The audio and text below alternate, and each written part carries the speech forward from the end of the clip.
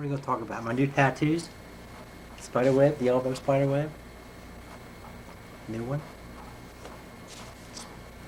Some spiders. New butterfly, the monarch butterfly. Knife with blood dripping from it. Notice the blood dripping from the spider over here. Spider, it's a new tattoo. Has blood dripping from it. And just reinforces my programming, I guess. Big part of me. Big part of me. I'm a marked man, Sondra. I'm a marked man. Who put those on there? I'm very easily identified. I don't know who that part is. It's just part of me. It's the spiders and the butterflies, and it's a part. It's. Someone told me today at the conference that this is the enforcer tattoo. She knows that, the enforcer. Of course, I was drawing for our last session. I was drawing these. You saw the knives and the blood and what you taped in the notebook. Well, this is the knives and the blood tattooed on my arm now. It's all kill programming. That's what it is. How did it get there? I have to go inside and ask. Go ahead. Very deeply. It's an altar. It's a program. So. What it does, it reinforces the programming, is what it does. It reminds me of what was done, and in a way it gets respect. From whom? I always think of these tattoos, and it's almost like, now that I know it was done to me early in my life, it's like now society, I'm in your face, you have to deal with it. You have to deal with this. I'm identified, and you have to deal with it. And it's scary when you know what it's about. It is. Do you want to be identified? I don't want to be identified this way. No, it isn't me. But it's a part, a lot of fragments of my personality from the mind splitting as a child. That's what it is. And it comes out in the way of tattoos on my person. There it is. And it's serious stuff. When you look at it, this is serious stuff. A lot of guys that I see, that prison time, so forth, they have that type of a tattoo. It connotates different ways. That you're a racist, that you've done time, that you've killed a cop. But I haven't done any of those things. I'm not going to do that, but there it is. And I think it's identified with severe abuse. I know someone else that had it, and he was severely abused, but I'm going to get it. That's it. So, that's a spider web on my elbow. And sometimes I wish I could just take my hand and just erase them.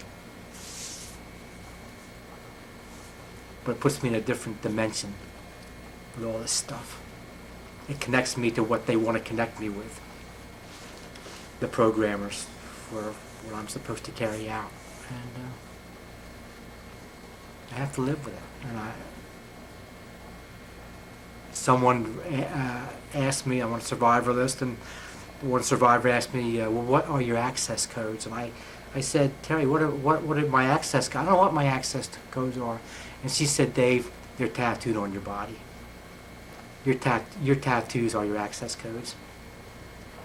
So when I came to Louisiana, I spent time in the French Quarter, Bourbon Street, and I'm somewhat afraid to go down there now, because I know if I go down there, I will probably be accessed by someone that knows what these are. And it scares me in a way to be identified in this manner. You knew that before you put the spider webs on. I knew that. I was told by a former Illuminati programmer, Dave, don't do it. You're going to reinforce the programming. But there's a very strong part. When that part's out, we don't have much control over it. It's a very strong, powerful part that does this to me. And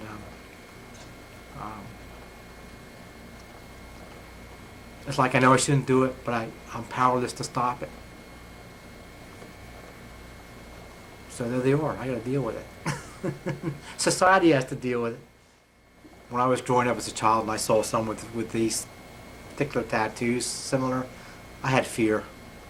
It's a different element, and I can understand their reasons for fear. But Are you a fearsome fellow? me personally, no, I'm not a fearsome person. Part of me is to be feared, and that is the program of the kill program. That's to be feared, and it's the way that it manifests itself, like, to create situations that generate that element of superiority in a manner that could kill, that confrontational part. That's something I have to work on controlling all the time, to control this part of me. How do you control it? How do I do it? How do you control it? I think my good part, my good personality keeps it under control. It's hard. It's a very powerful program, but I just and I think people have told me that I don't drink, I've never done drugs, I don't even smoke. But if I were to do those things, I'd probably act out in a very serious manner and end up in prison, because it will affect my mind and it kind of shatters it as far as controlling, and that part goes off into the rage and so forth. And so I'm able to control it by not doing those things. Have you lost control before? Oh yes, yes. What happened? That part came out on my back porch. Louver door fell apart. I attempted to put the louver back in. It wouldn't go, and that part came out of frustration, I guess, and made matchsticks out of that particular door, and it bent the little hinges that are used to swing the door, bent the hinges with its hands. Next day I tried to do that. Couldn't do it. I couldn't bend that metal hinge. Tried to bend it back. Back. I couldn't do it. But when that part was out, Is it rage? it was rage. Uncontrollable rage. It's incredible. Built in. And But there's nothing to stop you. nothing to stop me. No, I'm powerless to stop it until it's over. Until the job is done of destruction, do I realize that, hey, something's happened, and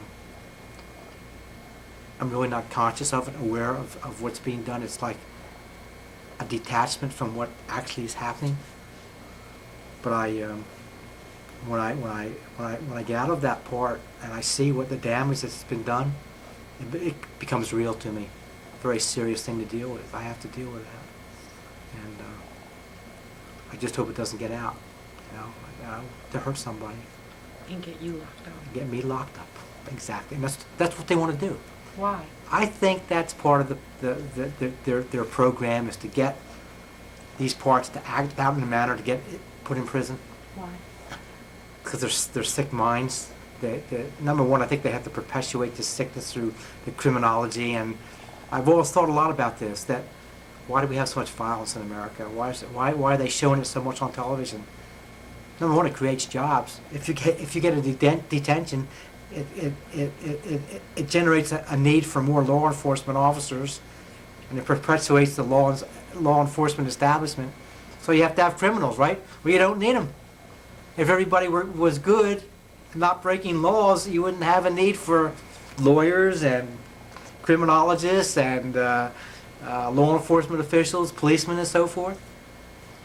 So do you think they have no higher purpose for you? What do you mean by higher purpose? They interfered with you. Yeah, it interfered with me tremendously. And what did they hope to make of you? They want to make me a killer. They want to create a killer personality. Why? I don't know. I'm trying to figure that out. What's this end of time programming? Why the anarchy level of the Illuminati, which I am, the coven satanic level? What is their purpose? I'm asking, trying to get answers on that. But it's the lower part of the pyramid and the structure. That's where it is. It's the coven level, the anarchy level, and that's what I'm a part of. And it's disruptive. It's disruptive. That's what it is. It generates chaos. Are you going to do my fingernails? You got fingernail polish remover? Mm-hmm. You know I have a female part, don't you? Yes. Yeah, very serious female part. Her name is Jean. Go ahead. Her name is Jean. She loves fingernail polish. She has lots of fingernail polish. Knows how to do the fingernail polish.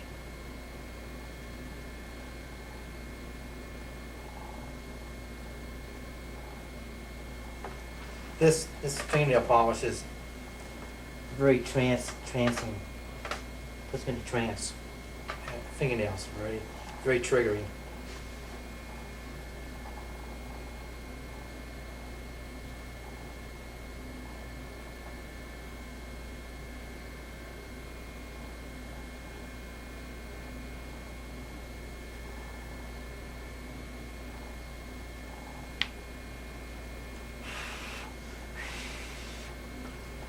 Very feminine. Got that feminine mystique.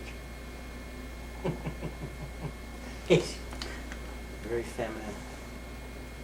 Likes to do it. Jean likes to do her fingernails.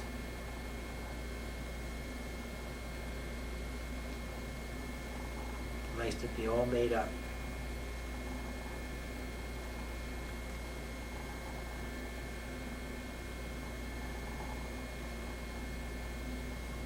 And for those that don't know, Illuminati programming has had two separate schools of sexual programming, one for the boys, little boys, and one for the little girls. They groom them for pornography, like carnival atmospheres, adults taking pictures, left little girls, boys, sexual posing. So they made up the little boys, and they wanted to make them just like little girls, to act like little girls. And they know, Jean knows how to pose. She just becomes very feminine as she gets dressed up and she models. She models for pornography, but she knows how to stand the right way and do all this with her hands, and which way to move her hands and do the stuff and things like that. Posing. It's all programmed. It's all how to do it. To make a little pedophile, have their jollies, little boys, little girls and stuff, and show their things and whatever they do to them. It's a very strong part when she's out, and she ab-reacts. In February she came out, and of course it's pre-puberty when they do this. They're pubescent they're pubescent, so she denudes herself, all the hair off her body, and she comes out and she was ab-reacting in February with all her lingerie and everything, and she was doing what they programmed her, what they did to her when she was having this done to her. She bought a candle, and she was laying on her back like a girl would be raping herself with a candle and drinking her urine. That's part of the abuse that they did. So that was just a reminder, remembering and acting out what was done to her as a little child when they created that female part. And a few years ago I had a memory of wiping urine up with a slip and then spanking myself, and 2 years later that actually did that in my bathroom, where I urinated on the floor, dressed up as a female, and wiped up the urine from the floor, and took pictures of it. I have photographs of it. I took pictures of all that when it came out. And pictures of myself in the mirror with a camera, doing the posing, and I can stand up and take me out of the film, but Stan knows how to pull the skirt up and show her panties and everything like that. So that's part of it. Wonder why why were all these problems, stuff that they've done to us. It's incredible. That was it. I don't remember what happened. You're talking about this part now. I'm putting on nail polish, but that part's not out. The part isn't that's just modeling, but that part is not in intensity unless she gets dressed up, and you have to feel the part. I can duplicate it, but I don't really feel as though I'm that particular part. when she gets made up, she's that part. And I flirt with it. But it's that very strong presence that comes over and then it parts out. You really have to feel the part, you know. And the mirror is a big part of this, doing this stuff in the mirror and seeing yourself in that, become that Makeup. part. Yeah. In the mirror. And it's very trancing. Doing the fingernail stuff, they do that, the trance. It's very trancing to do that. Female poses, displaying of undergarments, very trancing to do this. But in a way, I guess sexual acts are kind of disoriented, like such a high that they can put you in another dimension, and they do this. They create that intensity with the sexual desires, and it affects the brain and to like put you into a trance to do things through the sexual. They work the sexuality in to carry out whatever they want you to do, whether that's entrapment. Transvestites used heavily in my programming. A lot of memories of transvestites. Very powerful part to be involved in with them. But it's a mess. So you're just a mess. I'm a mess. You've never really been used for anything very useful. No. I've never been validated as a good male human being. I've been disrespected and abused and used and programmed to carry out things in a later time, and it's been very painful. And with everything that I've been through mentally, they messed up the mind. It's incredible, and I'm pissed off. Bottom line, I'm pissed off, and that's mild. That's mild. It's mild feelings. So, and I'm not in prison. That's amazing. I've been told that most men that have gone through what I've been through are either dead, homeless, or in prison. That's the bottom line on that stuff. And I'm a survivor. I haven't done anything that would put me there, and so I have to deal with it. I have to deal with honestly, what it is. There's a part of me that wants to be a mean son of a bitch. That's all. Okay. Just a mean. Stay away from me. Let's have a change of scene. Stay away from me. Don't get too close. Don't violate my space. You're flirting with danger, and I think it's a message very clear that's being sent, and that's identified on my body. Are you like a porcupine? Yeah. Ready to fire those darts. Little passive me, right? They knew what they were doing, Sondra, when they did the programming at a very early age to make the personality that they wanted to create. A killing personality to destroy the sensitive little child, that would have developed into a very caring, loving person. Which he is, but they wanted to get that part job before it ever developed an ego state and put in their little programming parts,